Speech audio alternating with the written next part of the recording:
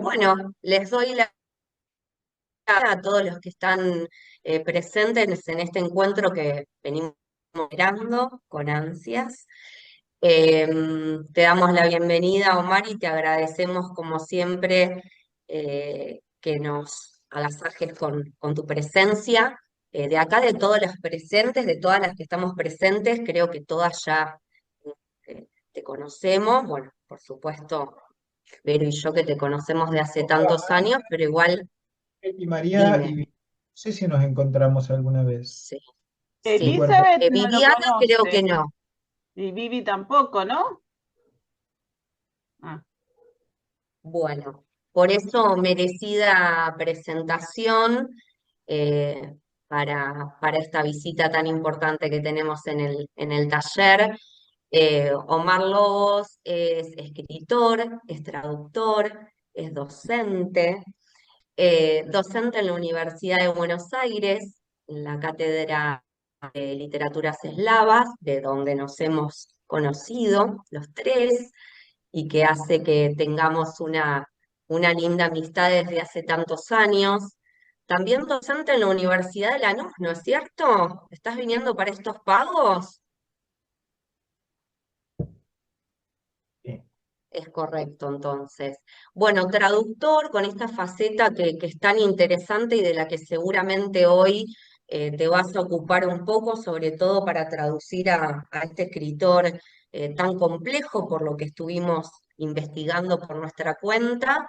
Y también te hemos conocido en una faceta distinta como escritor, conociendo tu libro, bueno, una parte tuya que de pronto, para los que te conocíamos más en el rol docente, era algo novedoso. No sé si me queda algo más que docente, traductor, escritor. ¿Hay algo nuevo en tu vida, Omar? Pero no se puede decir en este ámbito. No, no hay nada nuevo bajo el sol, Caro. ¿Estás traduciendo alguna obra nueva, algo que se pueda contar? Acaba de salir, es esto. A ver, se ve ahí. Otra de Un poco Coligüe, más ¿cuál lejos. es? No vemos el título. Uf. Y a ver. Ay, qué misterio. ¡Eh! Ah, lo vi que lo publicaste. Sí.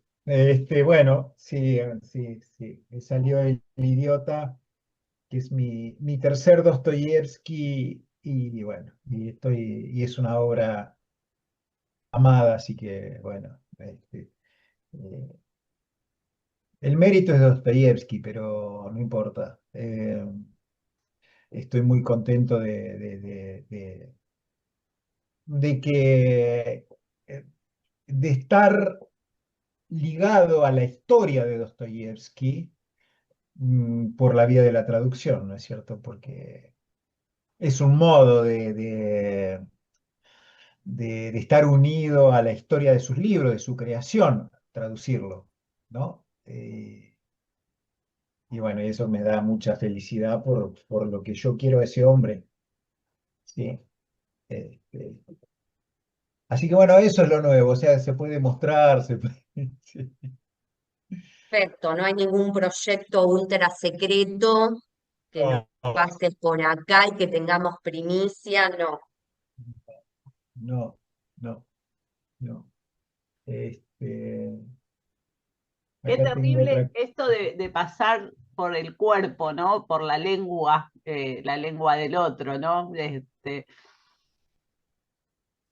Que te crea ese lazo, decís, ¿no? Con... ¿Cómo no?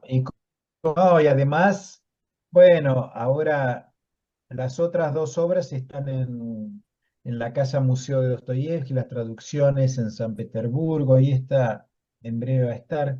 ¿Qué es eso?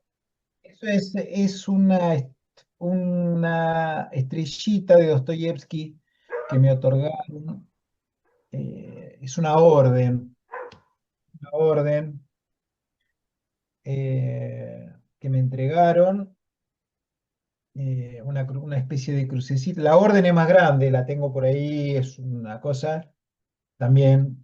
que me liga a Dostoyevsky de una manera que a lo mejor desde afuera no puede no significar mucho. Para mí es muy importante que me hayan dado esa distinción. eh, bueno, no sé, nunca tuve una orden en el cuello. Es muy ruso eso también, sí. ¿Qué Este, significado tiene? Perdón, pregunto por ignorancia porque es la primera vez que lo escucho. es una distinción,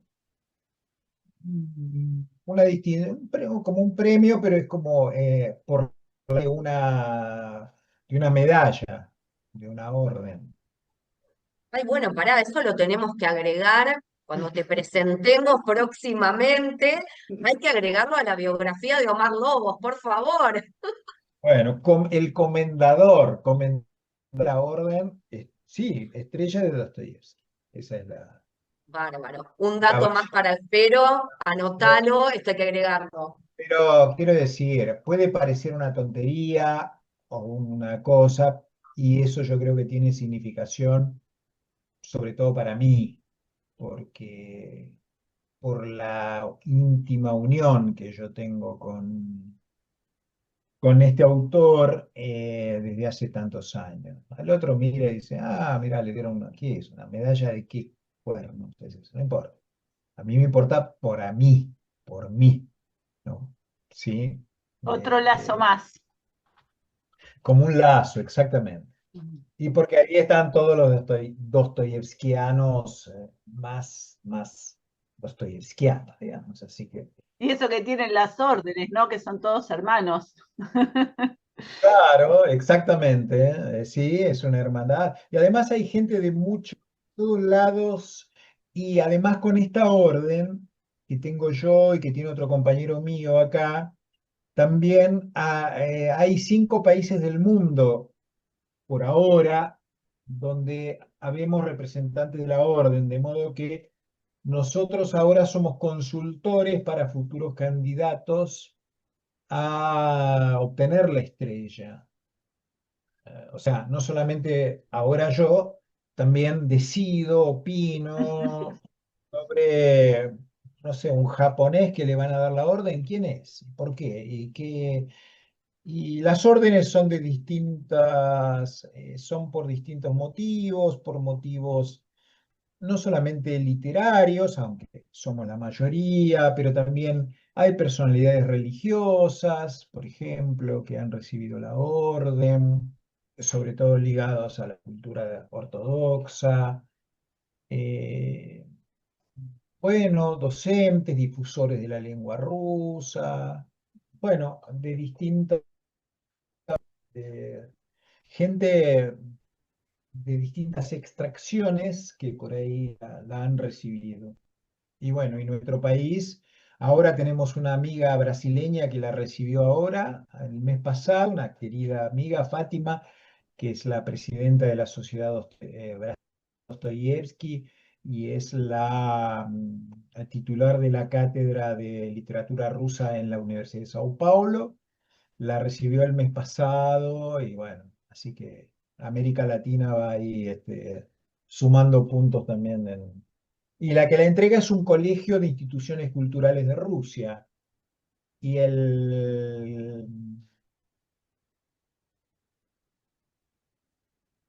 ver, no sé qué rango tiene, si es el presidente honorario, pero una figura emérita al frente, es el tataranieto de Dostoyevsky, Alexei.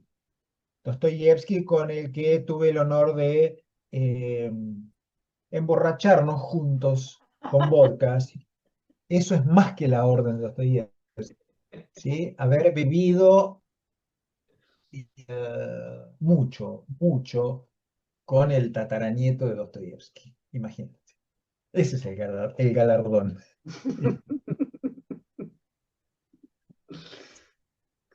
Bueno, Bueno, felicitaciones entonces por este bueno, reconocimiento súper merecido.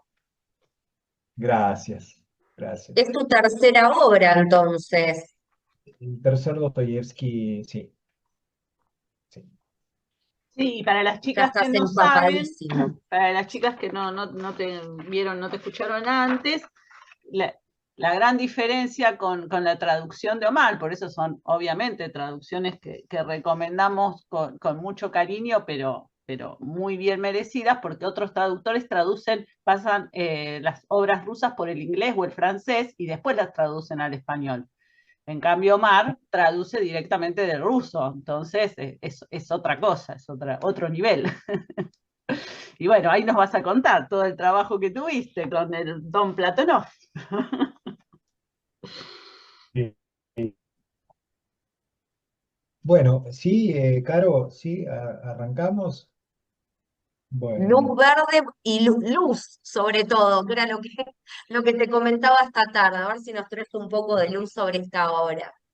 bueno, bueno, Platonov es un autor también muy cercano a mi corazón, que se ha vuelto muy, muy cercano a mi corazón. Es un autor con muchos rasgos dostoyevskianos, también podemos decir. Hay mucha herencia de Dostoyevsky en su obra. Em, Acá lo tengo. Es un querido hombre porque yo he tenido la suerte de, primero, de traducir lo que a mí me interesaba traducir, porque bueno, no vivo de la traducción, compañeros míos que por ahí, bueno, les encarga una traducción, viven de eso y traducen. Yo soy docente y traduzco aquello que a mí me interesa o que siento que debo traducir. Eh, em, Felizmente tenemos la posibilidad de acceder a subsidios de la Federación Rusa, del Instituto de la Traducción y de otras instituciones, pero yo hasta ahora los que me han dado ayudas importantes, que me pagan sumas que acá no me pagarían nadie, o sea que son subsidios de promoción del Estado ruso a sus autores, es el Instituto de la Traducción de Rusia, con el que tenemos, bueno, muchos lazos de mucha camaradería, así que, bueno, también, digamos, esa posibilidad, bueno, es importante porque, digamos, hacer un trabajo que es extra para vos, también más allá del gusto que te pueda dar o de la necesidad que pueda meritar, son horas que vos le estás robando a muchas cosas. Incluso, no sé, el otro día cuando tenía este libro en mis manos, digo, ¿cuándo lo traduje? ¿En qué momento? ¿En qué momento de mis horas que no existen, yo pude traducir y trabajar y escribir el prólogo y estudiar y corregir y comprometerme con la obra? Porque para mí traducir a un autor, insisto, puede haber gente que no tenga tiempo para llegar a un nivel de intimidad con cada autor que traduce, ¿sí? Porque a lo mejor te está traduciendo a tres autores a la vez, porque bueno, con eso le da de comer a la familia y bueno, hace su trabajo profesional como puede y lo puede hacer muy bien. Bueno, a mí, por suerte, como no vivo de eso, traduzco lo que me interesa y entonces para mí llegar a un estado de intimidad con quien estás traduciendo, de conocimiento de su obra, de su vida, de su acontecer, para mí es estar imbuido, comprender de qué alegrías, de qué dolor, tantas cosas salió esa obra, para mí es fundamental. Y después también tener uno el propio tiempo material, no para decir, ay, traduzco 3 paginitas. No, no, por 3 paginitas no me siento. Hay que conectar con el autor, con la obra, entrar en un clima, también desde el punto de vista técnico, porque uno toma decisiones, esto lo voy a traducir así, a ver, bueno, voy. Y si de golpe no, la tengo que dejar y por un mes no me puedo, que a ver, ¿qué hice? ¿Cómo venía? ¿Qué decisiones había tomado? ¿Cómo iba a traducir tal cosa? ¿Quién? O sea, es necesario para mí poder entrar en un estado poético, si querés, un estado de cierta emocionalidad poética para poder conectar y traducir y sentir y no estar mientras estás traduciendo con la cabeza en que, uy, cierto que le tengo que contestar a fulano, que tengo que preparar la clase de mañana. No, por supuesto que así es nuestra vida, pero bueno, encontrar esos momentos para mí es muy importante y además, desde el punto de vista productivo, sí, progresás mucho más cuando estás conectado, porque, bueno, entras en un ritmo y traducís y te sentás y, sí, y si no, decís, uy, a empezar de vuelta, a ver, bueno, ¿dónde dejé? ¿Cómo era esto? ¿Sí? Bueno, eso por el lado estrictamente de la traducción. Que en el caso de autores como Dostoyevsky o como Platón, donde además, bueno, a ver, en todos es así, pero en el caso de ellos muy particularmente, ¿no es cierto? Porque para mí en el caso de ambos autores, y esto ya en nuestros encuentros otras veces yo he hablado de este tema que para mí es muy importante, para mí es fundamental la voz, la voz, la voz del autor. Si tengo registros, bueno, escucho los registros y si no tengo registros, eh, necesito mm, que alguien me cuente cómo era la voz de Dostoyevsky, cómo hablaba Dostoyevsky, cómo hablaba. Porque nuestra voz es nuestra alma. En nuestra voz se sabe si estamos mintiendo, si estamos diciendo la verdad, si estamos contentos, si estamos tristes.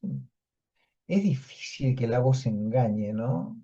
Sí, me lo dijo, pero me lo dijo medio, no me lo dijo muy convencido. No, sí, pero no, sí, la voz se le notaba que estaba emocionado o que estaba enojado, o que no sé qué.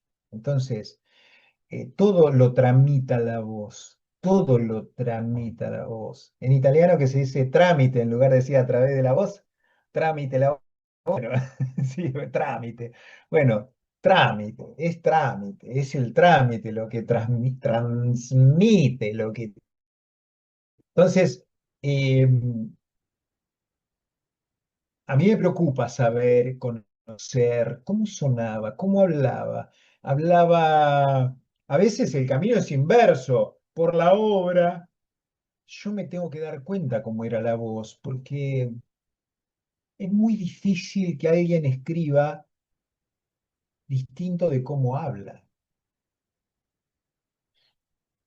Es muy difícil que uno escriba versos extensos si su respiración es medio acotada o si es una persona tímida. Mm, Sí o no, no, es difícil que va a escribir cosas demasiado infladas o demasiado rimbombantes. ¿Sí? Alguien muy expresivo seguramente que puede hablar alto y en una respiración, y seguramente esa persona va a producir, aún desde la escritura, un trazo que se corresponde, porque yo siempre digo que somos seres rítmicos, ¿no es cierto? Somos todos, no sé. Ana, todo el cuerpo es ritmo. La respiración, el suelo, los intestinos, el corazón, la sangre. No hay otra cosa que ritmos. Nuestra vida es ritmo. El pestañeo, los movimientos, persona que, ¿por qué esta persona se mueve tan lenta y este otro se mueve tan así? Tiene otra rítmica en el cuerpo, rítmica, y en la voz, vos decís, ¿cómo? Este tipo habla así porque es así, porque se mueve así, porque su vida es así, habla así. Entonces, para conectar con un autor, a mí me importa eso. Para... Me importa como aventura, si querés. Porque, no sé, otro dice, pero mirá las pavadas que dice. Yo traduzco, agarro, veo lo que está escrito y traduzco. Y me importa un bledo, cómo era, cómo se respiraba, o si era feliz, o si no sé qué. Yo tengo algo que es la obra y yo traduzco la obra. Para eso la escritura se autonomizó del tipo. Se autonomizó. No tiene nada que ver. Espérame un segundo. Yo les voy contando mientras tanto a las chicas, a Vivi, bueno, Cookie creo que lo vio en vivo, Adriana, el primer año que vino Omar, vino a hablar de una poeta que se llamaba Akhmatova, y al final de la charla se puso a recitar poemas de Akhmatova. Y dejó de ser Omar, esto que dice él de la voz, realmente en ese momento era Akhmatova, ¿no? Así que bueno, en cualquier momento va a dejar de ser Omar y va a ser Platonov. No, iba a buscar, pero no lo veo ahora, qué sé yo. Y está medio oscuro ahí en mi living. Una traducción de los españoles del Pozo de Cimiento. Y vos lees ya el título y vos decís, la sang, la sang, la zanja. ¿Para qué haces vos una zanja? ¿Para qué haces una zanja?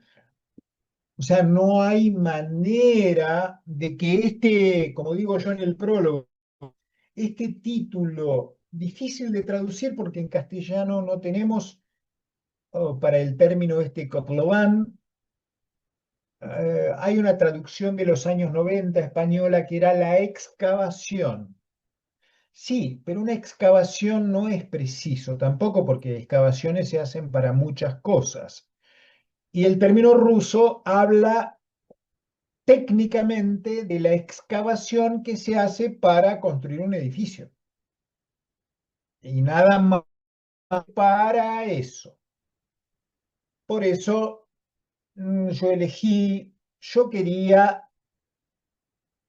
le dije a la editorial, ¿por qué no dejábamos el término ruso, Kotlovan? Y pero nadie va a entender nada. ¿Y que acaso alguien va a entender algo leyendo en castellano? Es un texto Claro, muy... Los mira, propios rusos no lo entienden. No les cuesta entender el lenguaje de Platón, el símbolo ominoso, oscuro de esa obra que se está construyendo. Entonces, ¿por qué no dejar como marca en la tapa ahí está el Rafa, eh, ese enigma, esa palabra que no sabes lo que quiere decir?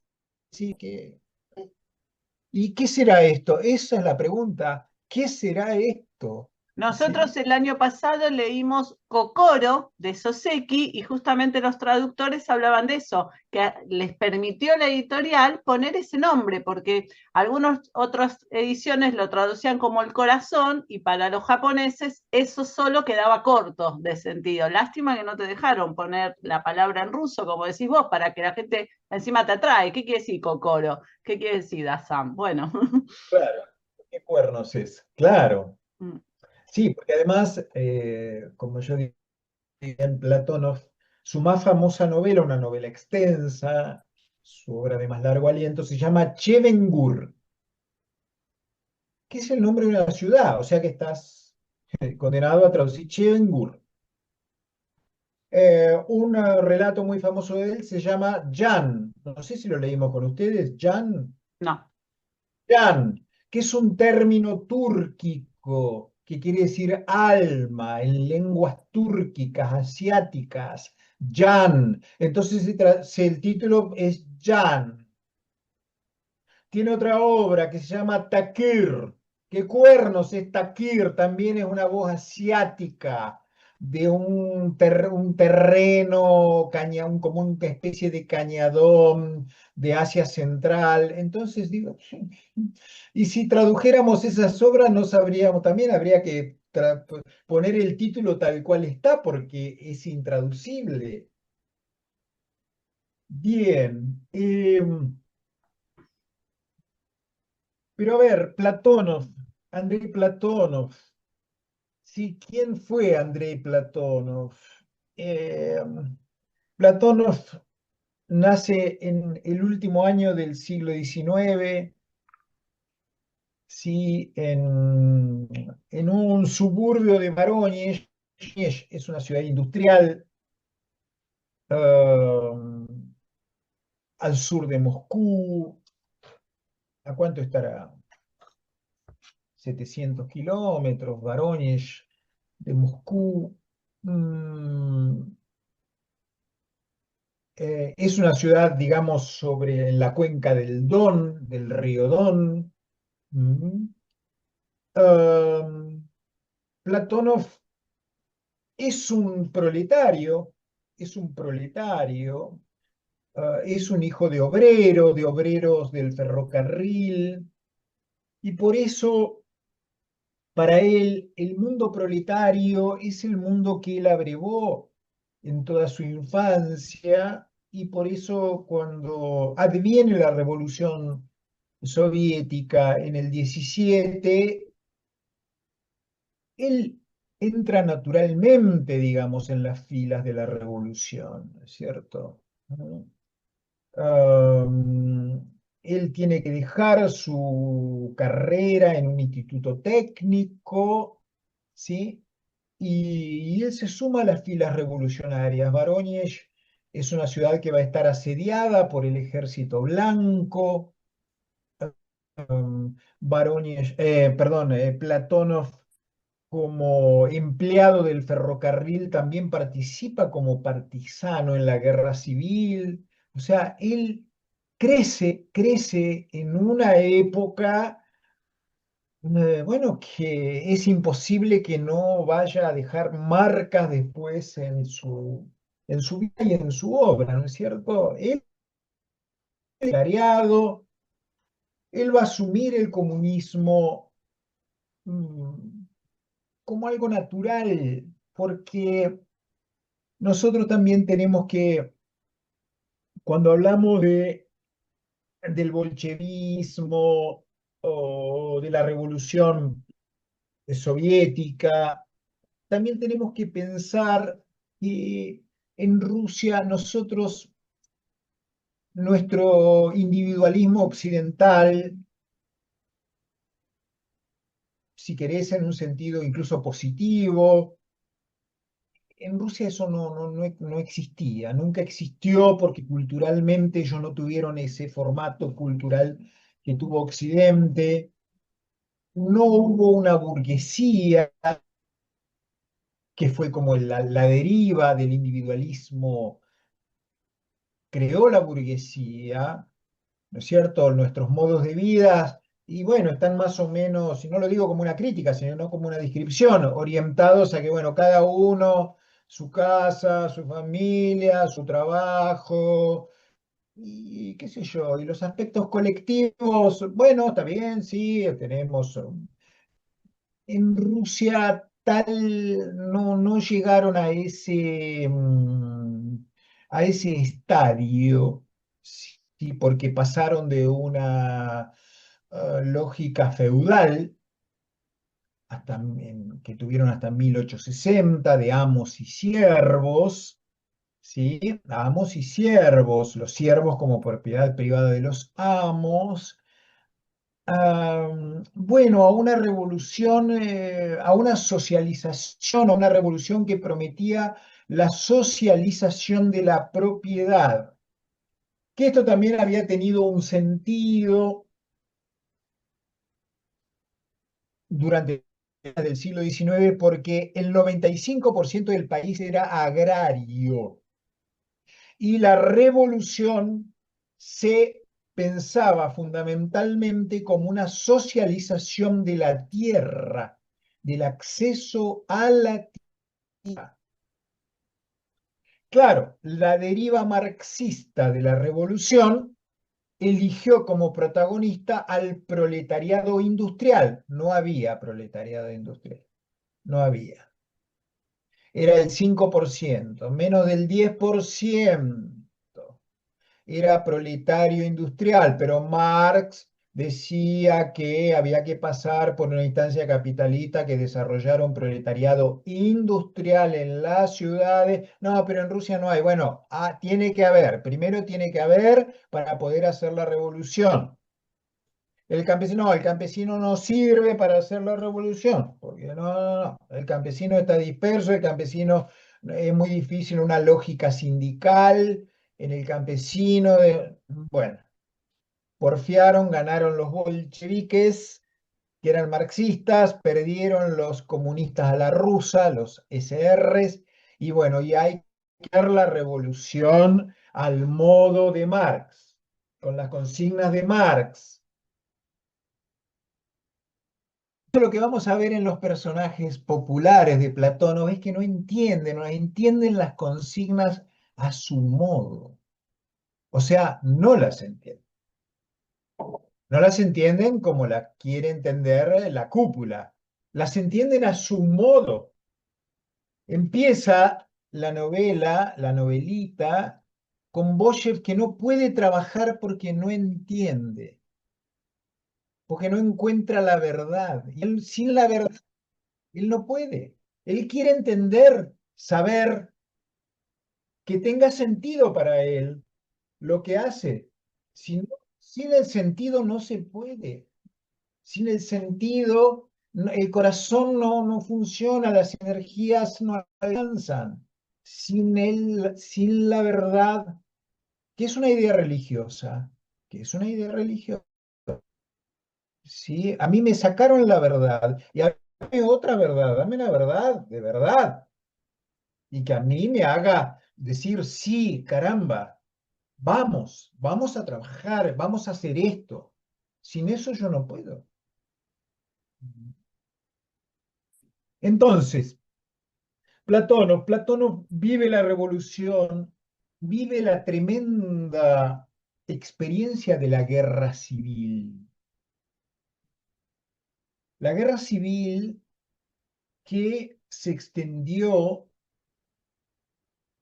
desde la revolución hasta 1922. La guerra entre rojos y blancos, sí, pero ¿quiénes eran los blancos? ¿Los monarquistas? Bueno, sí, los rusos blancos, los rusos monarquistas, pero también todas las potencias extranjeras que invadieron Rusia después de la revolución. Los alemanes estaban en Ucrania, pero después invadieron los polacos, invadieron los japoneses, invadieron los ingleses, todo el mundo invadió. Invadieron los checoslovacos, ¿no es cierto? Los franceses le daban armas a los polacos para que lucharan como revolucionarios, no se querían meter directamente. Cuando hablan de guerra civil, sí, hermano, guerra civil, pero toda Europa se metió en Rusia. Y eso se estiró hasta 1923. El Imperio Ruso entró en la guerra en el 14. En la revolución ya habían muerto 2 millones de rusos en el frente. Y eso se estiró 6 años más de guerra, de hambre. O sea, todo lo que había por experimentar y por vivir en la vida, hombres como Andrei Platonovich Platonov lo vivieron. Él y su generación. Y después de la guerra civil había que reconstruir el mundo, había que empezar la construcción, la reconstrucción o la construcción del socialismo. Por eso las metáforas edilicias son muy corrientes en la época, porque es la metáfora por excelencia. Hay una obra, esperen, emblemática, fíjense cómo se llama, ¿sí? De Fyodor Gladkov, Cemento, Cemento, Cemento. Otra obra que se llama Los Altos Hornos, la fundición, o sea, estas metáforas de la construcción están a la orden del día, ¿cierto?, en la época. Mm.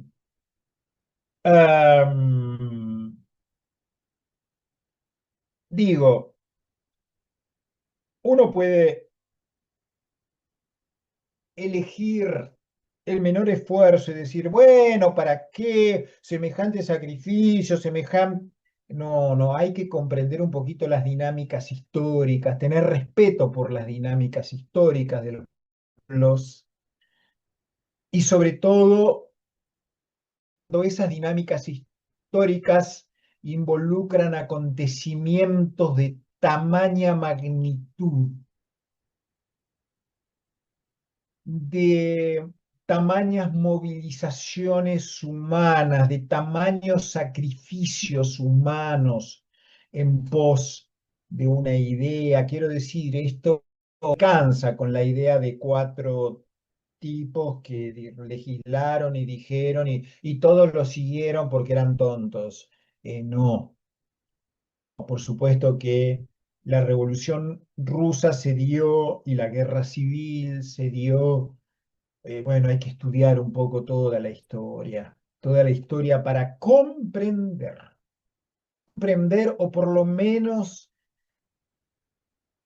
tener, digamos, una actitud de respeto hacia eso que ocurrió en un país a causa de esto, de esto, de esto, de lo otro, y donde ofrendaron su vida y su lucha millones de personas, ¿cierto? Platón como proletario, él va a hacer toda su vida, a pesar incluso de lo injusta que fue su patria con él, y con su abnegación, y con su abnegación de hijo, para con él. Platón sacrificó todo lo que podía sacrificar. Y bueno, quizá lo más tremendo sea el sacrificio de su propio, ¿sí? Porque Perdón, no te escuché. ¿El sacrificio de su propia? propio hijo, Ah, hijo.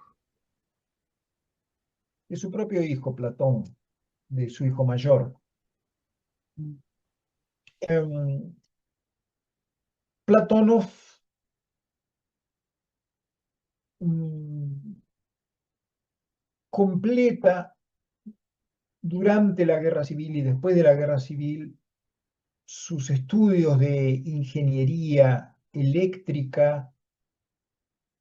Va a hacer él mucho trabajo de campo, ah, electrificación de las aldeas, de anegamiento de suelos para poner a producir, de construcción de canales, obras de ingeniería. Él, como Dostoyevsky, es un ingeniero.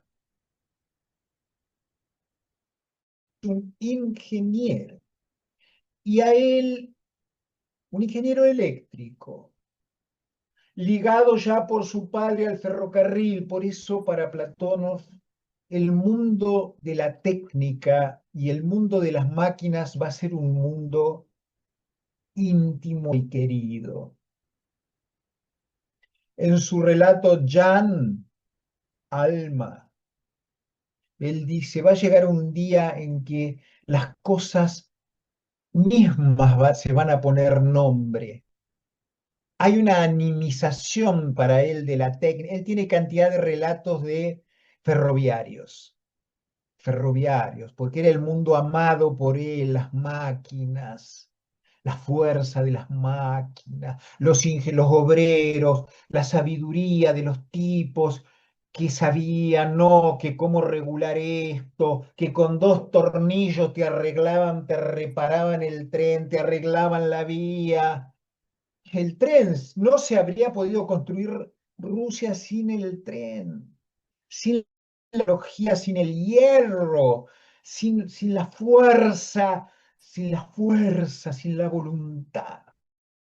Entonces, el trabajo, el mundo del trabajo, ¿no es cierto? Eso para Platón es el mundo más querido. La construcción, el obrero, el que sabe, el que entiende, el que comprende el mundo a través de comprender cómo funciona esto, comprendes el mundo. ¿Cómo comprendes el mundo? Ah, filosofando y leyendo, especulando y leyendo libritos. No, trabajando.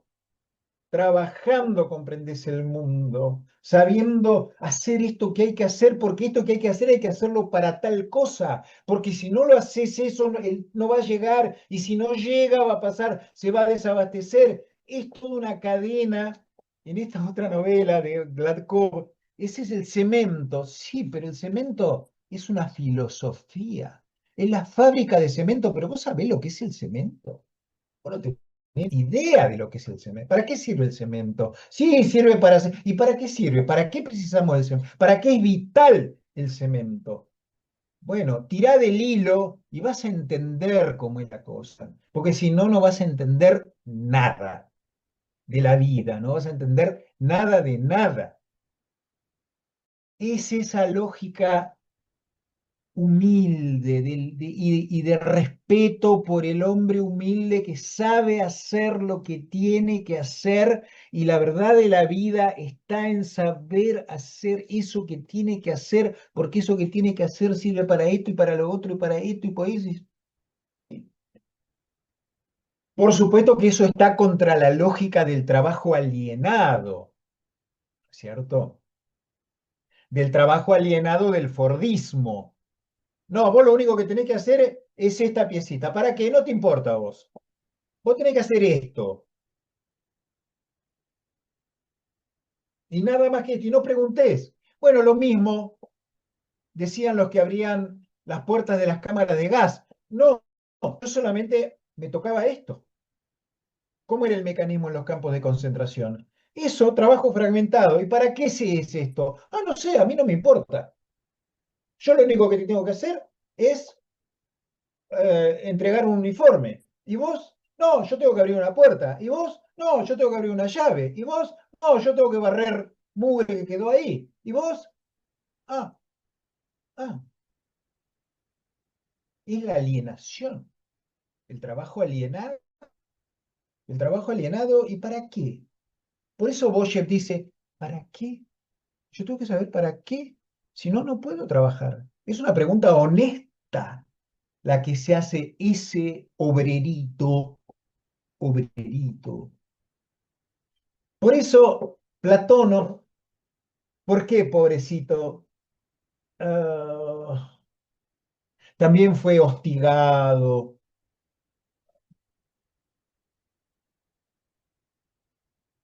mortificado, perseguido. Primero porque él no podía escribir de otra manera. Ah, como le escribe una vez a su mujer, lo mandan en comisión a desde Moscú a otra ciudad ahí en el sur, a Tambov. Él se ha mudado recién desde Vorónezh a Moscú con su esposa. Él conoce a su esposa, que era una maestrita cuando eran muy jóvenes, 22 años. Y fue el único amor de su vida. Y él tenía por ella un amor celoso y abnegado por esa muchacha que fue su vida, su mujer. Cuando tiene que ausentarse, ha nacido el niño, Totik, Platón, Platoya, Toya, Totik. Lo tiene que dejar y él extraña como loco, ¿cierto? Y escribe, es muy prolífica esa estadía en Tambov, lejos de su familia, y en un relato que escribe, le dice a su mujer, estoy escribiendo mucho, te mando un relato, a lo mejor no te va a gustar, pero no sé, me sale así. Y mientras viva en oscura musa, esta oscura musa, voy a escribir, sí, hay cosas que por ahí a mí tampoco me gustan, pero sale así, sale así, sale así. Esto es, él es consciente que en su forma y en su lenguaje hay cosas de las que incluso él no puede dar cuenta, pero él va a mantenerse fiel a esos mandatos. Y cuando la Unión de Escritores Soviéticos, en los periódicos lo critiquen y digan acá hay un tufillo burgués, acá hay, esto es antisoviético, van a decir, bueno, sí, pero Platónov es un genio, es un genio, y lo van a decir propios y ajenos, sí, pero es un genio. Y evidentemente él no podía escribir de otra manera. El lenguaje, pero es que caramba, es que con los tremendos acontecimientos que habían sacudido a ese país, ¿cómo el lenguaje no iba a perder el suelo del que estaba agarrado? ¿De dónde, cómo conocemos el mundo? Bueno, esta palabrita nos mete un montón de cosas adentro, ¿no es cierto? ¿Sí? ¿Qué sé yo? No sé. Vamos a comer. Bueno, pero vamos a comer significa que hay que sentarse, que hay que lavarse las manos, que hay... O sea, en cada palabra metemos cuántas cosas de la cultura en una cosita. Bueno, cuando todo eso se desarmó y ya esto ahora no significa esto, antes que esto era bueno, ahora es malo. El mundo, ¿cómo lo reconfiguro al mundo? ¿Cómo lo armo de nuevo al mundo? ¿Vos te crees que lo voy a armar leyéndome 4 libros? ¿O leyendo a Marx? ¿A Lenin? ¿Voy a armar el mundo de vuelta? De verdad, no. Intelectualmente, no. Panfletariamente, el mundo en mi alma, que mi alma se reconfigure de vuelta entendiendo lo que yo entendía antes, ahora cómo se entiende. Por eso en Platón todos los personajes de sus obras, como le decía Gorky, mire, usted sin duda tiene un talento tremendo para escribir, pero el problema que usted tiene es que sus personajes, con evidentemente todo el amor que usted tiene por ellos, todos parecen locos. ¿ah? Todos parecen locos o tontos. ¿Sí? Sí, sí, sí. Son como niños azorados o débiles mentales. Así se mueven por el mundo en un mundo que no terminan, están azorados ante el mundo. Y el lenguaje, la salsa del lenguaje, también es un lenguaje descolocado.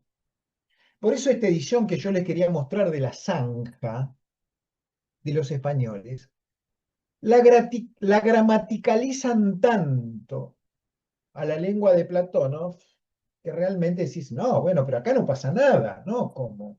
Si está todo desacomodado. Las estructuras, el, el significado de las palabras. Eh, Aquí, quienes hemos pasado por letras, nos hemos encontrado con el término astrañeñe de Shklovsky. Shklovsky, los formalistas decían astrañeñe, extrañamiento, que era lo que hacía Tolstoy tomando cualquier objeto y lo describía como si describía una puerta como si nunca hubieras visto una puerta. Un asombro ante algo que no lo ves porque es una puerta. No, no, no, parate, pero vos viste lo que es una puerta. ¿Para qué es una puerta? ¿Qué es una puerta? ¿Qué pasa cuando abrís una puerta? Puede pasar, cualquier cosa puede pasar. En Tolstoy, Shklovsky llama a ese método de Tolstoy extrañamiento, astrañeñe. Aquí también hay astrañeñe. Cada cosa que ven no se pueden decir con las palabras con que se las decía. Vos agarrás cualquier fragmento. ¿De qué está hablando? ¿De qué cuernos está hablando este hombre? Abrió la puerta y salió al invierno. ¿Cómo salió? Salió al patio. ¿O salió al cosmos? Sí, claro. Claro que salimos al cosmos cuando abrimos la puerta de entrada de la calle. Bueno, hermano, pero pará porque me da vértigo. Me da vértigo. Yo salgo a la vereda. Bueno, pero saliendo a la vereda salís al orbe.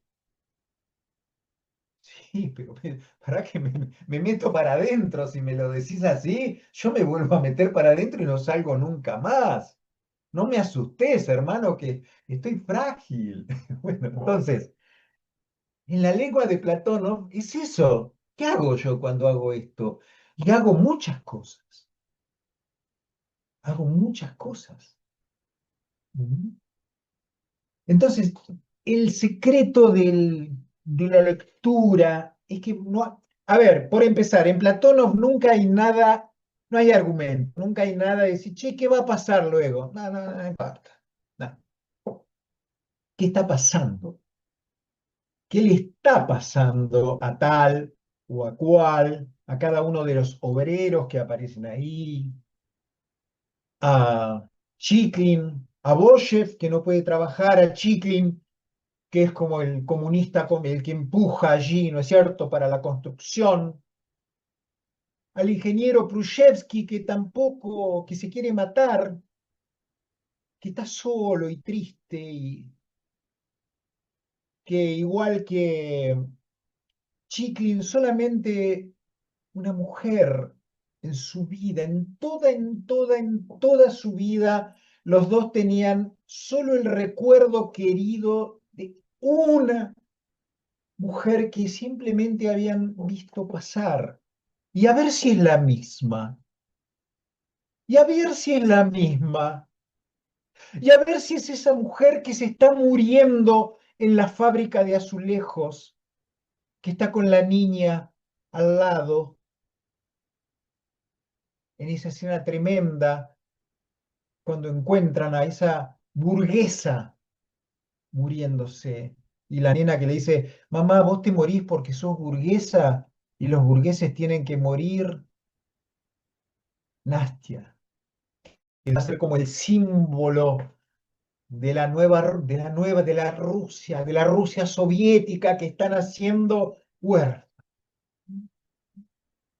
del cadáver de la burguesía, están haciendo esa niña que todos los obreros en ese mundo masculino, esa niña, porque quizás era esa mujer de la que estábamos enamorados, esa mujer que fue mi única amiga y solamente la había visto pasar Prushevsky y nunca pudo olvidarla, ¿sí? Vos decís, pero qué absurdo, esto es realismo mágico, esto es García Márquez, ¿qué cuernos es ese? Esto no es realismo socialista, por supuesto, no es por eso decían, pero ¿cómo? Los preceptos del realismo socialista dicen que hay que mostrar héroes positivos. Platónov mostraba héroes positivos, todos los héroes de Platónov son seres enviables, adorables seres que a lo único que aspiran es a entender, y a entender qué están haciendo, para qué es esa casa, la casa del proletariado. Ah, sí, está muy bien, la casa de los pobres del mundo, de los suernos, pero yo quiero entender cuando escarbo, por qué viven las lombrices, por qué la tierra húmeda, yo quiero entender todo. Para entender el socialismo tengo que entender todo. No puedo entender el socialismo si no entiendo la vida, la existencia, lo más allá. Eso es lo que se están preguntando esas seres simples, el verdulero del barrio, que apenas terminó la escuela primaria, pero está ahí tratando con su cabecita y tiene todo el derecho a entender el mundo y a entender lo que hace y por qué lo hace. Porque si no, ¿qué soy? ¿Qué soy yo? ¿Qué somos? Si no tengo derecho a ser entendiendo, me vas a negar el derecho a comprender. Y aún los convencidos, claro, ¿qué hacen? Entienden las consignas, pero las entienden a su modo. Las pueden entender. ¿Cómo van a entender a Lenin? Que se leyó no sé cuántos libros y estudió a Marx, ese obrero, ¿qué va a decir? Bueno, va a entender, porque como todos entendemos, pasándolo por nuestra propia cerebro, por nuestras experiencias de vida, ¿cómo entendemos? No podemos entender si no es desde nosotros, no entendemos en abstracto, si no, no entendemos. Entendemos y vos decís, ah, cuando se junta, vos tenés, si no, no lo entendés. ¿Qué vas a entender? Y ellos quieren entender y lo quieren juntar con lo que ellos traen. En la novela Chevengur, claro, le dijeron que iba a venir él mismo, entonces todos los habitantes de la aldea se han sentado en las afueras del pueblo porque, esperando que bajara el comunismo, porque piensan que va a ser la venida de Cristo a la tierra. Claro, porque es una idea religiosa el comunismo. Y entonces va a ocurrir, se va a hacer una gigantesca epifanía, y esto que era malo, y esto que era horrible. Bueno, entonces todos se sientan a esperar el advenimiento del comunismo. Así todos los héroes de Platón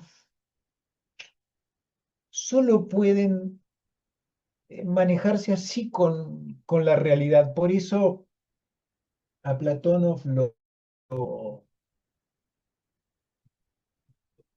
lo acusaban incluso de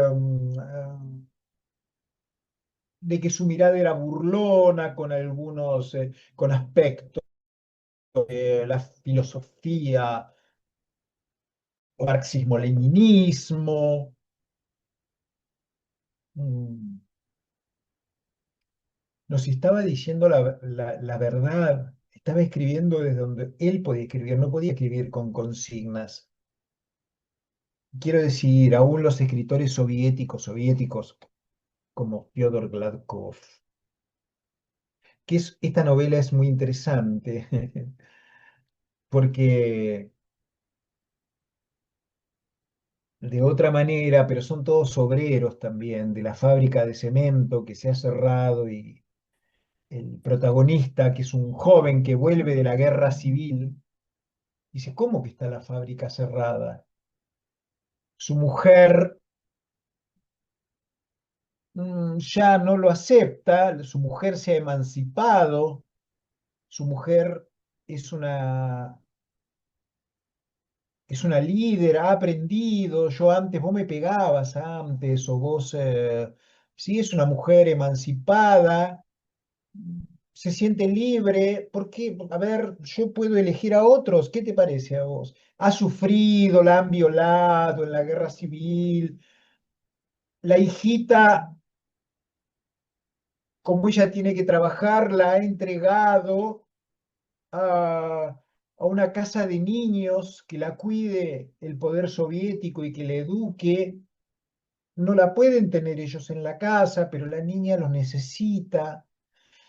Tiene muchos puntos de contacto esta novela en otra clave, escrita absolutamente en otra clave, pero que también hoy día la leemos como algo fantástico, casi como de literatura fantástica, hasta que el personaje a fuerza de voluntad pone en marcha a costos personales tremendos esa fábrica. En ese sentido es una obra, ¿no es cierto?, que es una especie de canto a la fuerza, ¿no es cierto?, de la voluntad del hombre soviético, pero pierde mucho en el camino el personaje. La relación con la mujer, la niña, esa niña que la van perdiendo también, se les escurre entre los dedos esa niña.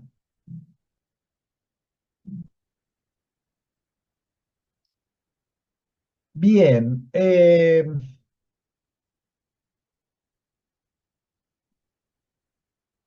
Platón,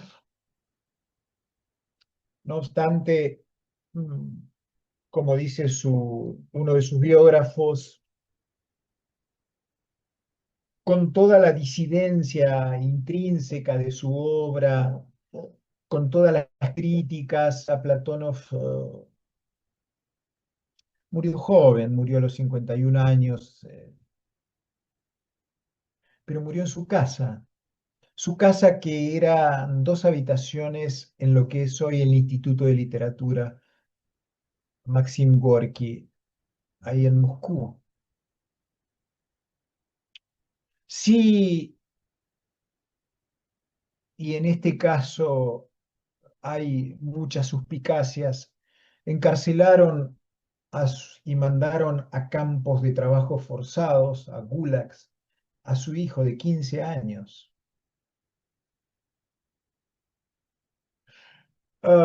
Hay suspicacias en cuanto a que sí, lo mandaron en represalia contra el padre y como no encontraban nada respecto del padre, bueno, se vengaron en su hijo.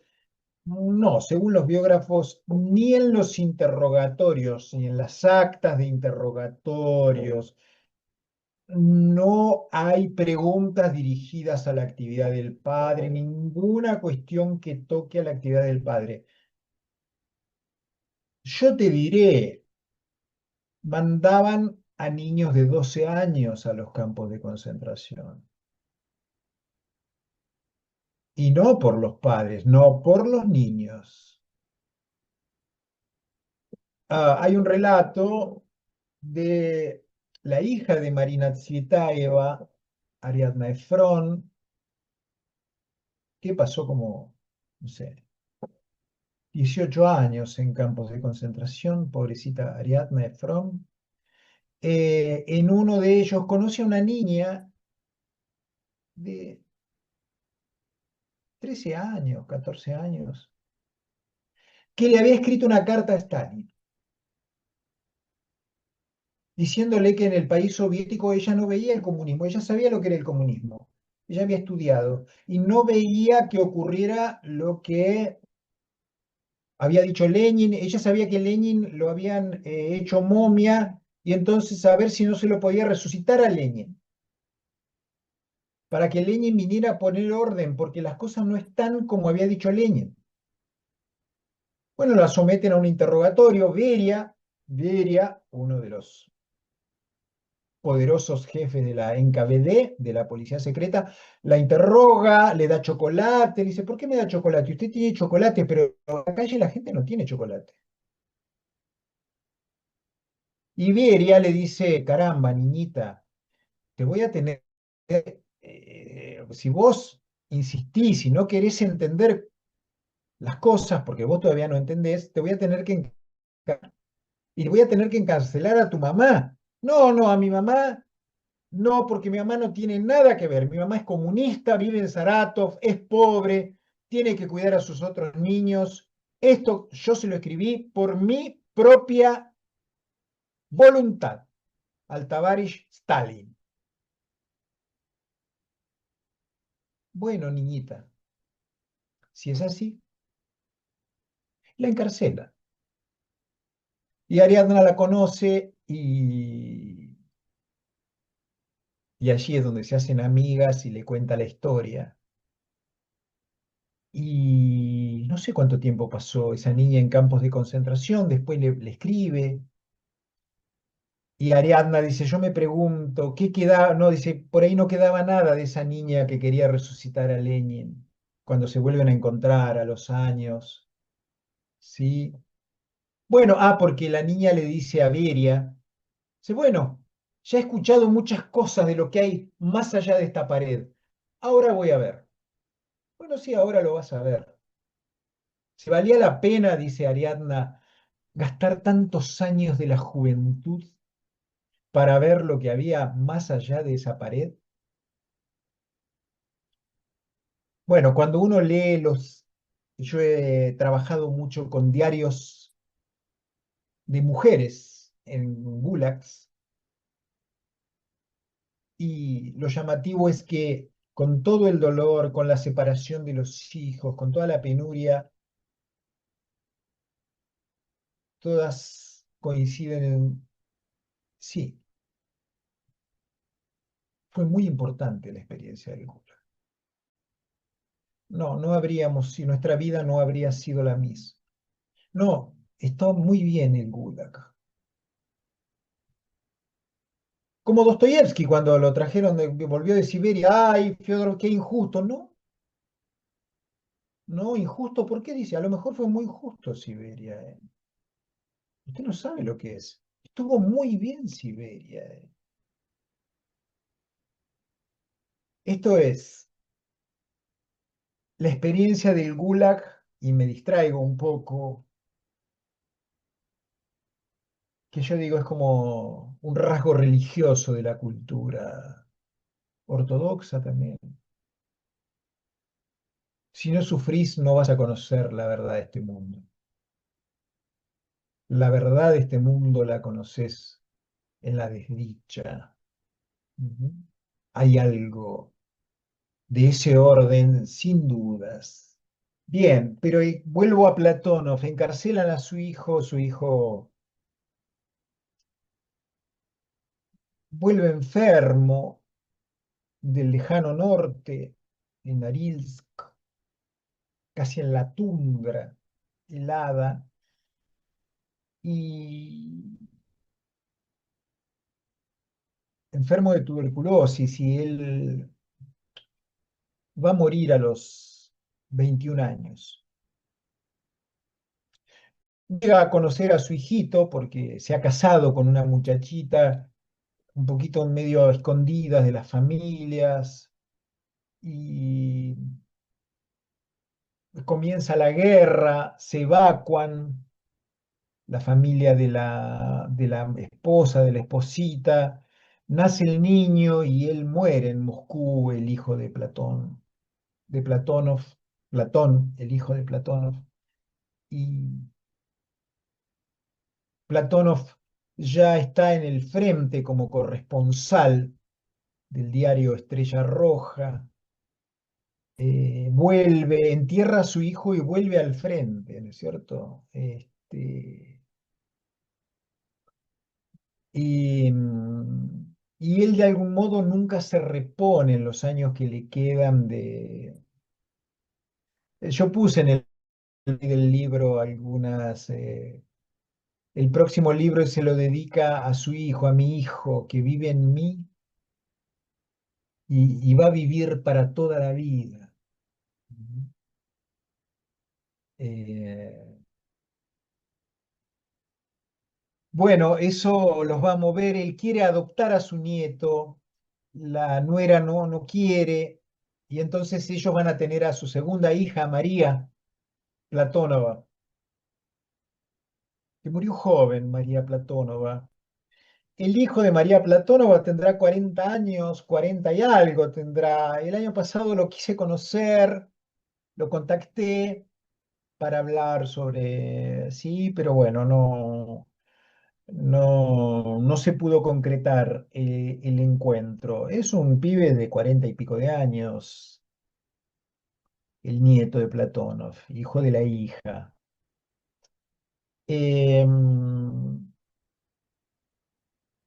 Platónov, como sus héroes, quería entender, era un hombre del comunismo, quería ser un ciudadano soviético, quería defender la autonomía de su voz y de su mirada sobre lo que estaba ocurriendo. Era un escritor antiburgués por excelencia, ¿sí?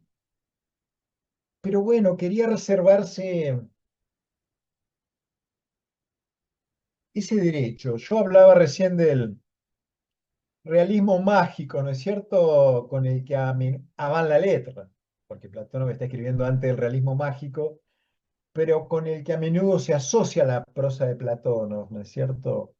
Y la verdad es que en sus obras aparecen muchos elementos que parecen de realismo mágico, ¿sí? En esa novela Chevengur, donde es una galería interminable de personajes desopilantes. Los héroes principales andan por la estepa rusa como si fueran Don Quijote y Sancho.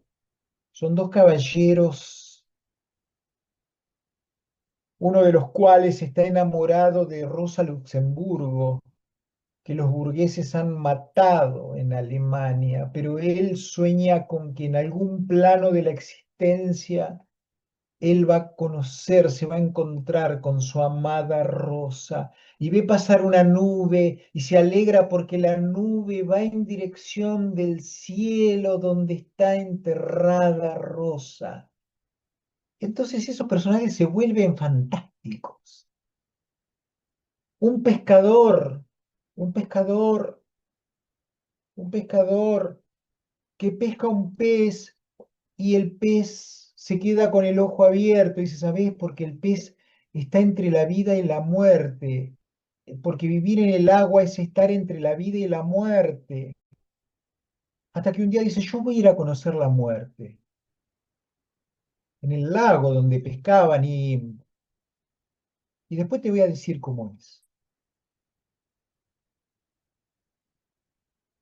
Y se tira con una piedra atada en los pies. Bueno, lo rescatan a los 3 días cuando ven que solo no vuelve. Pero bueno, ese es un rasgo también de la literatura rusa. Es una idea, y una idea no es una idea si vos no pones el cuerpo. Bueno, el pescador del lago Mutiova quería comprobar que se podía volver de la muerte y puso el cuerpo. Se va a saber. Lo que yo vea allá, le dice a los compañeros, te lo voy a venir a contar. Bueno, en Cotlobán, en el pozo de cimiento, además de lo fantástico de la empresa, porque cavan y cavan y cavan, y bueno, a excavar el mundo, porque claro, hay que ir para abajo, la casa cada vez es más grande, pero para que ir para arriba hay que ir para abajo, hay que ir para abajo. Sí, yo digo, bueno, es el, es el camino de la pasión, ¿cierto? Es el camino de la pasión. Si el grano de trigo no muere, no puede dar frutos. ¿Ah? Cristo muere y baja a los infiernos y recién al tercer día resucita y sube a los cielos. Es el camino de la pasión. Por eso Platón es un escritor religioso al modo de Dostoyevsky.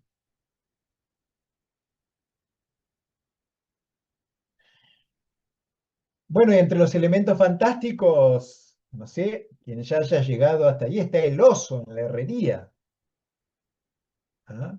El oso herrero, el oso que ayuda en la herrería, que Platón se defendía diciendo que a él le habían contado de un oso que era ayudante de un herrero en el suburbio de Vorónezh, donde él se crió, que no es un invento fantástico, ¿no? Un oso que ayudaba al herrero. Mira lo que tengo acá.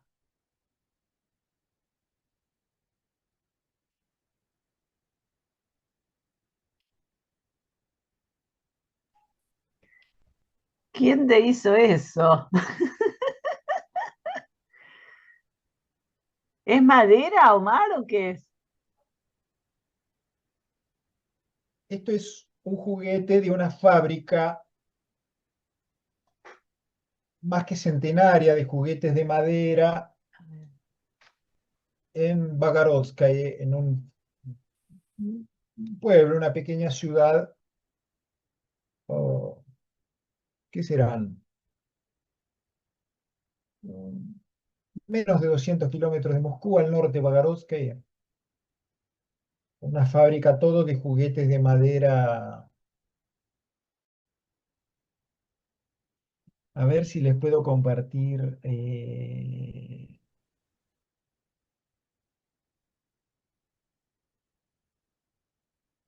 Bueno, a ver si pone acá, ¿no? No. Tenía un videíto con unos osos ahí.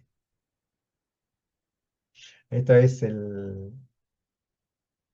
eh, bueno, este es un famoso cuadro de los tres paladines. Esto es en tamaño natural. Bueno, son cosas tremendas, ¿no es cierto? ¿Ah? Que tienen allí en esa fábrica.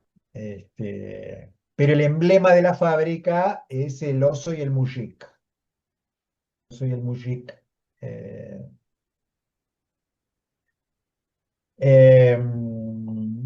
de manera que, bueno, todo en Platón fuga un poquito hacia lo fantástico, ¿no es cierto? Bueno, a ver, para ir un poquito cerrando, me gustaría, no sé, quien haya empezado la lectura y quien, no sé, había mucha gente ahí como atribulada porque era complejo. Yo en el prólogo hablo del tema de la música, de la traducción, porque es una obra que los rusos dicen, ¿cómo se puede traducir esto? El lenguaje. El lenguaje. Hay cosas del lenguaje que ni los rusos, las nuevas generaciones no entienden. Son alusiones a los discursos soviéticos. Hay como muchos planos que, si vos vas a leerla para entender, por empezar que cuando uno lee literatura no tiene que entender nada. Hay que leer.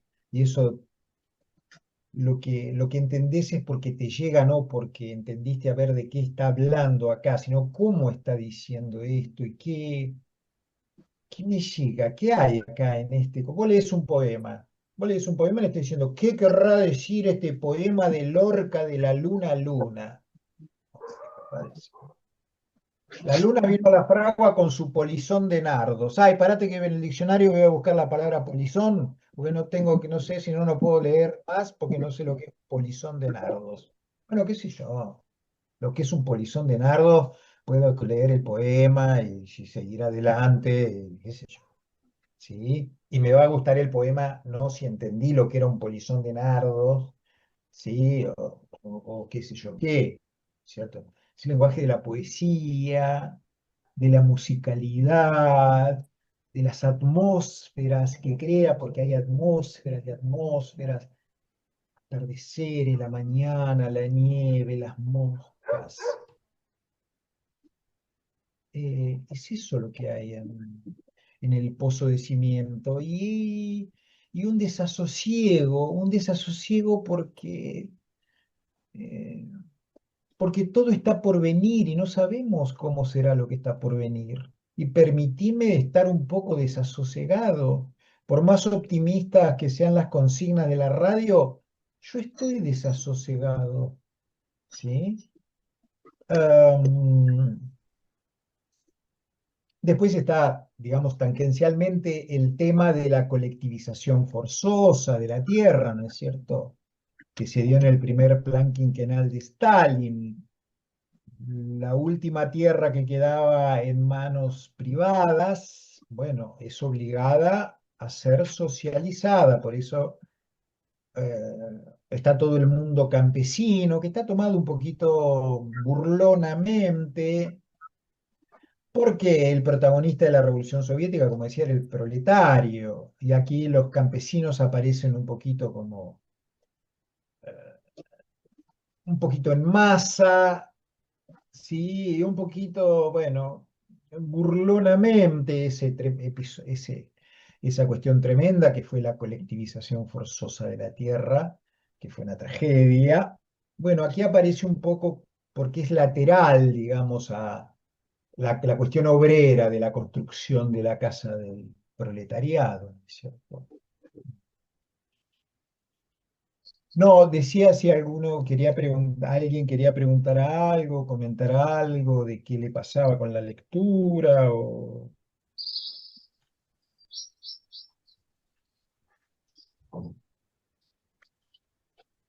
Yo les comentaba a las chicas en la previa, bueno, la verdad que bueno, por las cuestiones por las que atravesé lo pude recién tomar en esta semana y, y al principio sí sentís una dificultad en la lectura, tenés que releer permanentemente cada oración y después hay un momento que, no sé, mágicamente se te hace como un clic y empieza a fluir esto que decías vos, ¿no? Como una música.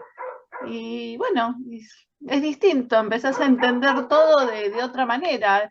Y eso está muy bien, porque al principio realmente me sentía muy trabada y ni cuenta me di, pero creo que antes de que termine el primer capítulo ya estás en esa sinfonía. No sé si les pasó a las demás, hablen un poquito, abran los micrófonos. Bueno, yo lo mismo que te comenté, Vero, y es así tal cual lo que dice Vero. La verdad es que no pude avanzar mucho. Primero intenté leer todo el prólogo, no me quedó mucho tiempo, pero leía cositas que me ayudaron a entender un poco la situación histórica, digamos. No todo, porque no, eso me ayudó. Eh, Me gustó mucho esto que publican, que dice Natalia Ivanova, entre los que hacen comentarios, ¿no? Pues creo que lo que dice es cómo leer no, la lengua de Platóno. Y entonces esto que dice ella realmente me gustó mucho porque yo ya había pensado que debía estar muy bien, o sea, perdóname, pues soy absolutamente neófita en esto, ¿no? Eh, yo lo leía, la novela, y decía, se lo comenté incluso a una de las compañeras con la que estuvimos hablando el otro día que nos encontramos. Yo decía, esto tiene que estar traducido muy como hablan los rusos o como hablaba Platóno. Yo me imaginé que era así, lo cual me doy cuenta que ahora es un halago hacia vos, porque creo que sí que es así. Y cuando leo, después vuelvo para atrás al prólogo, a la introducción, y leo esto que dice Ivanova, que no puede imaginarse que en español, en catalán, en inglés, en francés pueda aparecer un análogo de aquello que leemos en ruso, lamentablemente. Y yo pienso, no, es acertado lo que yo pensé, es así. Este hombre está hablando en ruso. Me imaginé que era así. Y entonces después yo te aclaro que llegué a la primera partecita de la parte 3, o sea, imagínate que al principio estuve retrabada y volví a leer y volví a leer y volví a leer y de golpe dije, bueno, como que fui comprendiendo que había esto, que había como una forma distinta de leerlo y de entenderlo. Y creo que tiene que ver con la traducción. Y bueno, y me parece que al final logra su cometido, ¿no? Así que ahora se empezó a fluir, pero puteé bastante, te digo. Bueno, sí, sí, bueno, nada, ahora estoy entusiasmada, seguiremos como, veremos con lo que has dicho, además eso aporta siempre. Bueno, agradecida siempre, Marta. Decía que sé que el Rafa se lo leyó todo, pero no pude habilitar la cámara, pero me parece que sí. ¿Tenés micrófono? ¿Podés dar tu opinión? En este momento sí. Hola, Rafa. Habilita la Buenas noches, cámara. Omar. Lo que Habilita. pasa es que haberlo escuchado a Omar, perdí los primeros minutos por esta computadora, me transmitió su emoción. Es decir, yo sentía continuamente, al hablar ahora Omar, que me estaba transmitiendo lo que yo había sentido en el libro, pero ahora me lo transmitía verbalmente. A mí me emocionó estar recorriendo las distintas partes del libro, obviamente no hay tiempo, por el hambre, todo lo que se va desarrollando en el libro es, es interesante no abandonarlo. Si alguien al principio es difícil, y al principio fue difícil, pero realmente vas a encontrar todo. Y te podría contar distintas partes que las puedo relacionar con algo de mi propia vida, aunque yo no podría escribir jamás así. Pero es increíble cómo reconozco ahí la vida. Reconozco la vida y la muerte de los seres. No tanto la parte sociológica o, digamos, política. Esa me interesa menos, porque no la conozco fundamentalmente. Pero sí capté lo que Omar transmitió. Realmente, algún día, si nos vemos personalmente, se lo puedo contar con algún detalle, como para que vea que no estoy fabulando, estoy realmente tratando de decirle un poco lo que sentí. Esa parte final de la niña, que al final no entendí si murió o no murió, pero eso era lo de menos, porque era la vida de esa chica, de la madre que era la que con otros compañeros decían que la iba a ver quizás a esa señora, a esa chica, que fue una novia que no fue novia, una novia que estuvo ahí enlazada, pero que no es algo común para nosotros, aunque yo creo que he vivido algo parecido. Entonces, corto ahí porque la emoción te lleva a querer explicar, y querer explicar es muy difícil. Te puedo asegurar, Omar, que lo he sentido profundamente, a pesar de las dificultades que pude haber encontrado. Corto ahí. Saludos a todos, buenas noches. Me Buenas quedo noches. escuchando más. Buenas noches. ¿Puedo decir algo, agregar algo? No sé si es muy tarde ya. Dale, dale. Esto que dijo Rafa me hizo pensar que yo también en un momento sentí una congoja, con todo lo que relataba Omar, y creo que porque a mí particularmente me lleva a mis raíces y a las raíces de mi marido. Mi marido, el papá de él, era posero de cimientos, de edificios de la Boca. Es decir, que fuera de la metáfora, ¿no?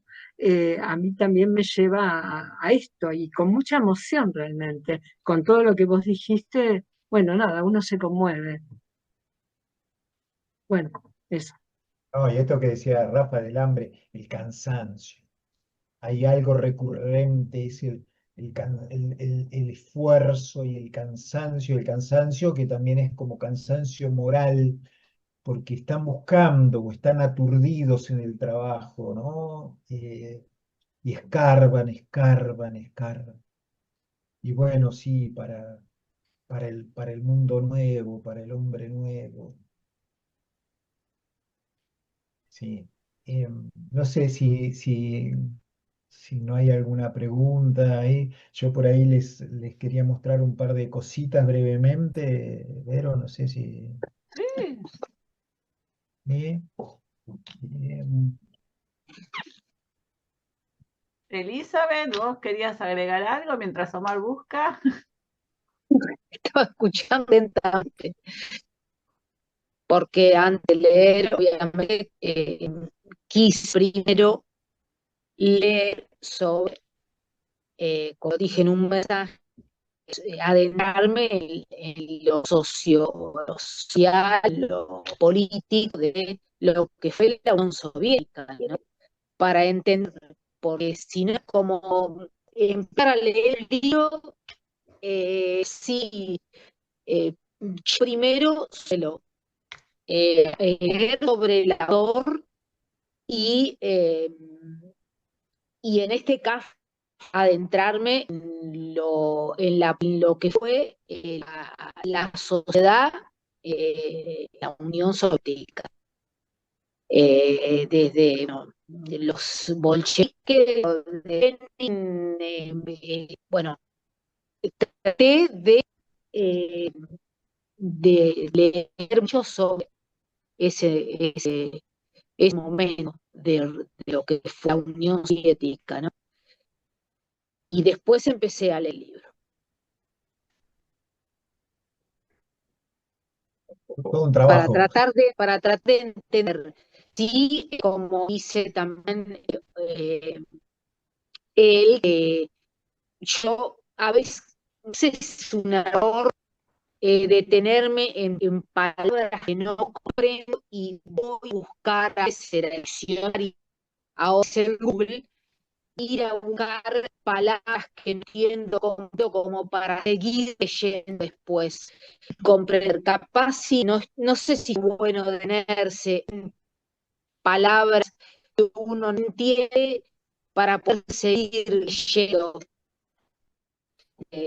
Pero tengo esa costumbre capaz que me olvido del significado de las palabras.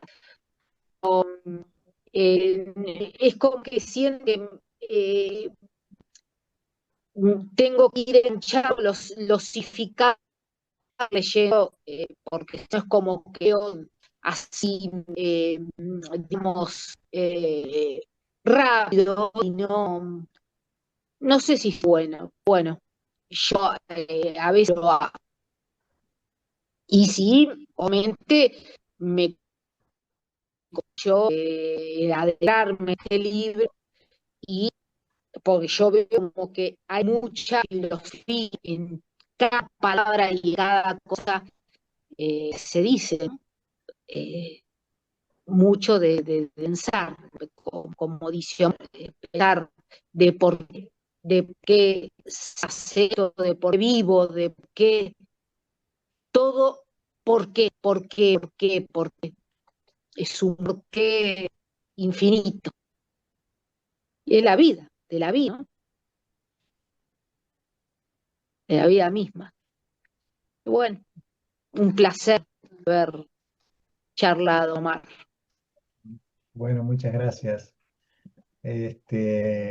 Mirá, a mí me parece que una lectura es interesante cuando te moviliza preguntas internas o También, curiosidades, claro, claro, porque a veces, bueno, si no entiendo, bueno, también hay que hacer un poco de esfuerzo, porque si vos enseguida es como todo, si vos decís, no, bueno, no, esto no es para mí, no, para un poco, ¿por qué? Si está no, escrito en castellano, que no es para vos.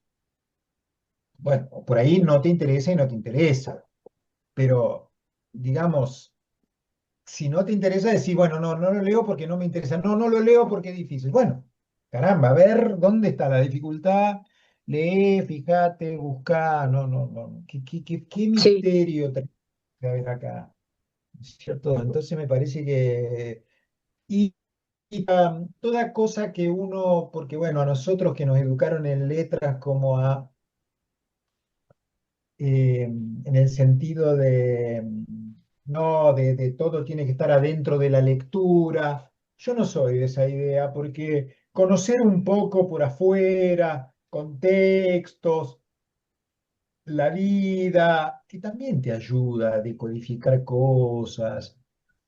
Te agarrás de más cosas que de quedarte solo con el texto desnudo. No, yo tengo que entender acá, y si no entiendo acá, bueno, pero a ver, carajo, a ver, de paso me entero, a ver qué época era esta, qué cuernos pasaba. claro, claro, Bueno, por lo menos para situarme, y a lo mejor a partir de ahí, claro, por eso dice el tipo que, sí, sí, no sé. Igual me encontrás una llavecita para, sí, para enriquecer la lectura y facilitarla, y que después te entusiasma lo que antes no le encontrabas la vuelta.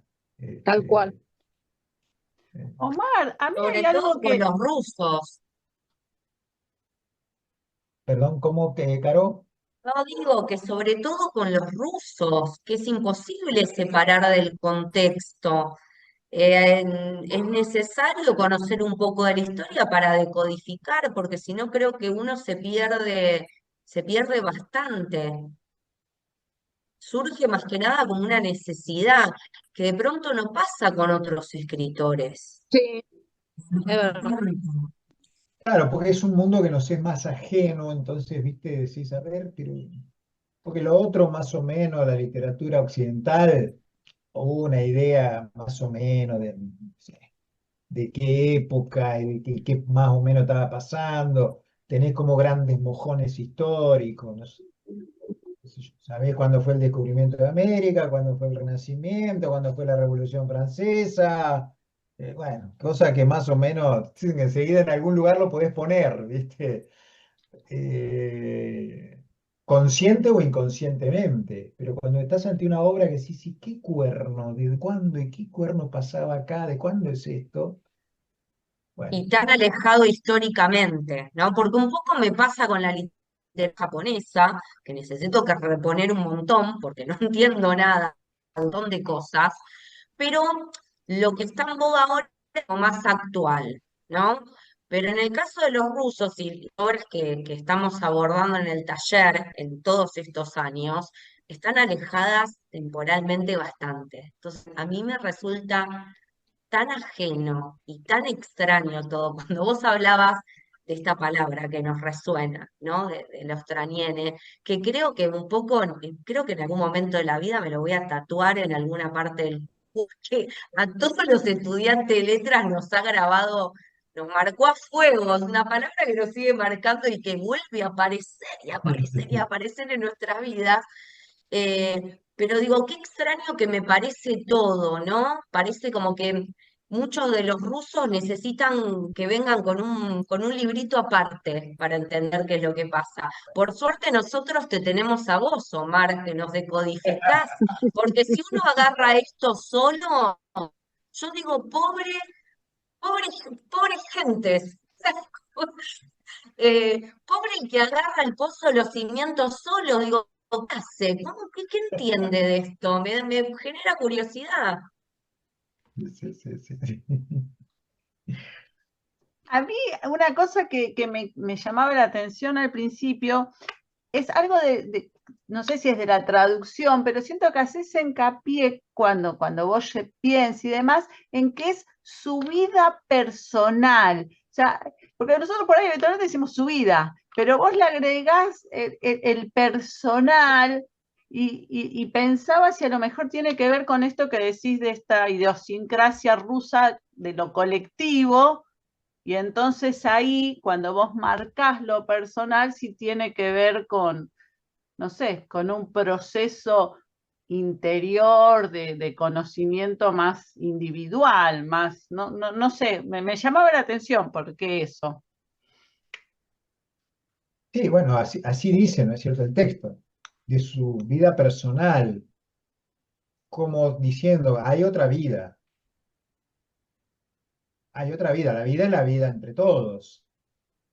Si yo insisto en la vida personal es porque bueno, en este momento quiero hablar de la vida personal, como que si vos decís la vida, bueno, no es la vida personal, es la vida que compartimos todos. Pero eso tiene que ver un poco con el tema del comunismo, sí, que la vida, no, la vida era la vida comunitaria, ponele. También es un rasgo idiosincrásico, ¿viste? ¿Sí? Este, bueno, pero así con muchas palabritas. Yo lo que iba a recomendarle es que hicieran el esfuerzo de leer en voz alta, porque es muy lindo la Yo leo en pronunciación. voz alta. ¿Ah, Yo te sí? quería Porque pedir, Omar, que obviamente cuando terminemos. vas leyendo y te vas quedando sin aire, porque por ahí hay frases. Entonces vos lo decís a ver, o por lo menos, aunque lo leas ahí, pero entonándolo, no quedándote, sino decir.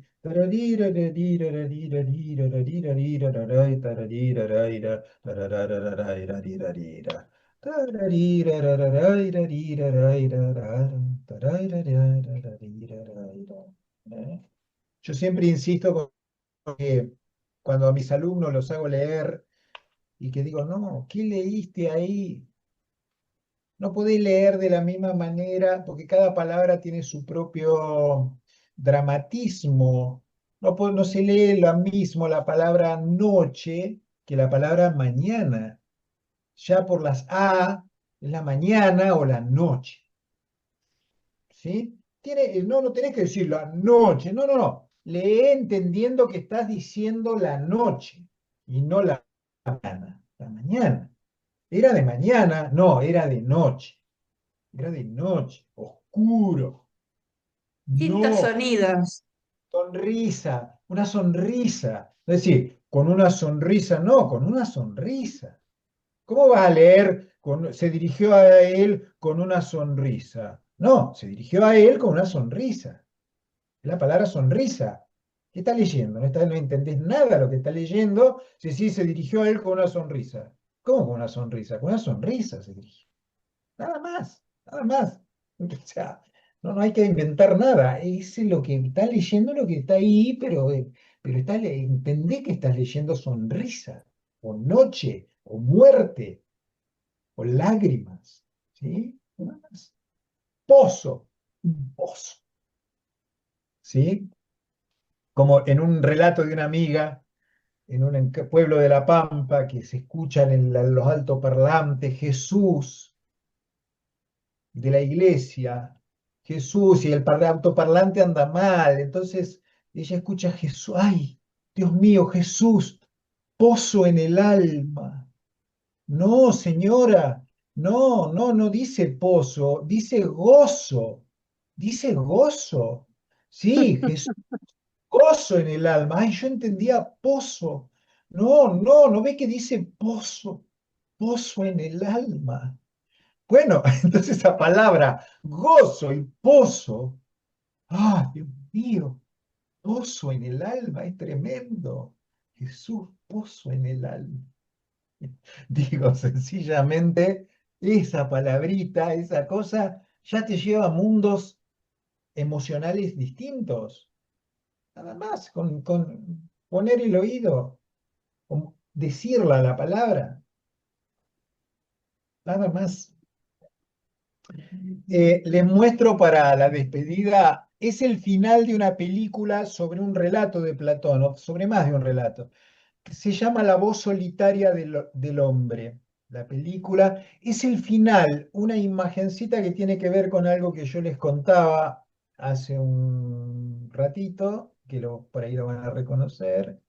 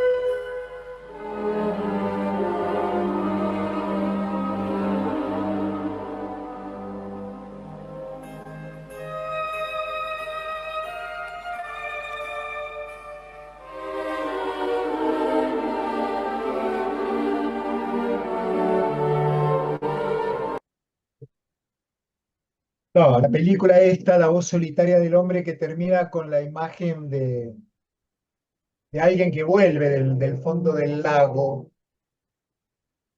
y, y lo que ha visto parece ser tremendo, ¿no es cierto? Lo que ha encontrado del otro lado. Y la última cosa es videíto, es mi visita a un lugar que ahora van a ver. A ver. Y aquí en el cementerio armenio estamos por fin ante la tumba del querido Andrei Platonov y toda su familia.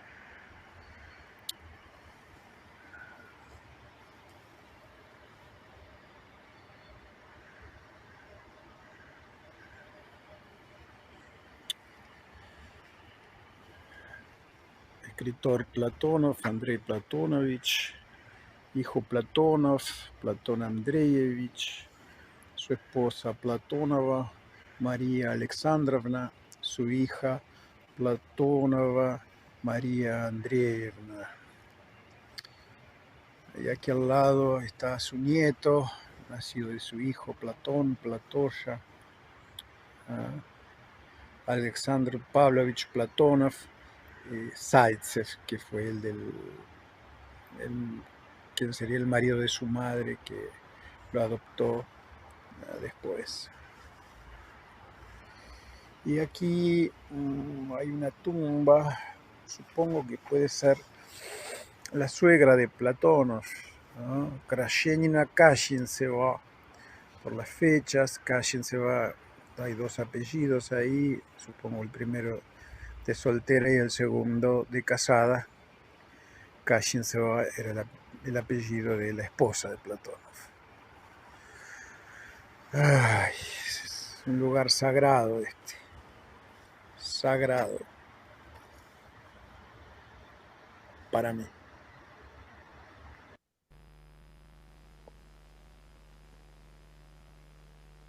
Bueno, mi visita ahí a la tumbita del cementerio armenio de Moscú de Platón y los suyos.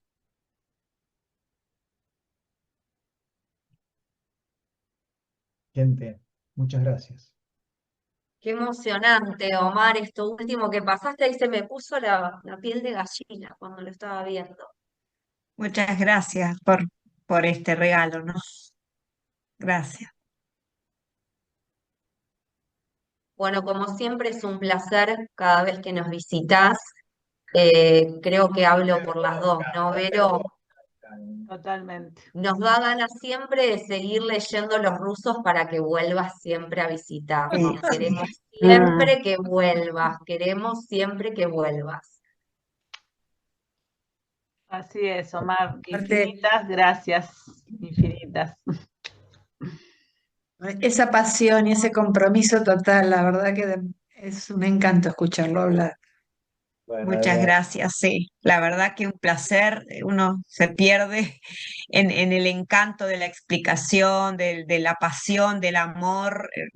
Se nota y sí, realmente es un gusto. Muchas gracias, Omar. Muchas gracias. bueno, gente, gracias Un aplauso para Omar, sí. Habla como siempre. Nos faltó el vodka esta vez. Es para Omar, Sí. para Platonov y para Dostoyevsky, todos concentrados acá en este momento. Sí, lamenté muchísimo, bueno, no hacerlo presencial, Próxima. pero bueno, sí, porque presencial la comunión ya todavía es mayor. Pero bueno, a cambio de eso, ya hablamos con Omarchu que nos vamos a juntar todos a fin de año, para celebrar la vida. Vamos a hacer un encuentro lindo como hicimos aquella vez en la casa de Cristina, bien para apapacharnos entre todos. Así que ahí sí, daremos ahí los abrazos que hoy no podemos dar. Bueno, chicos, dale, Gracias. siempre un gusto. Gracias por calorcito Igualmente. Gracias. todo. Rafa, dale, un abrazo, muchas gracias. Chao. Chao. Ahí Gracias, estamos. gracias. Muchas gracias. Chao.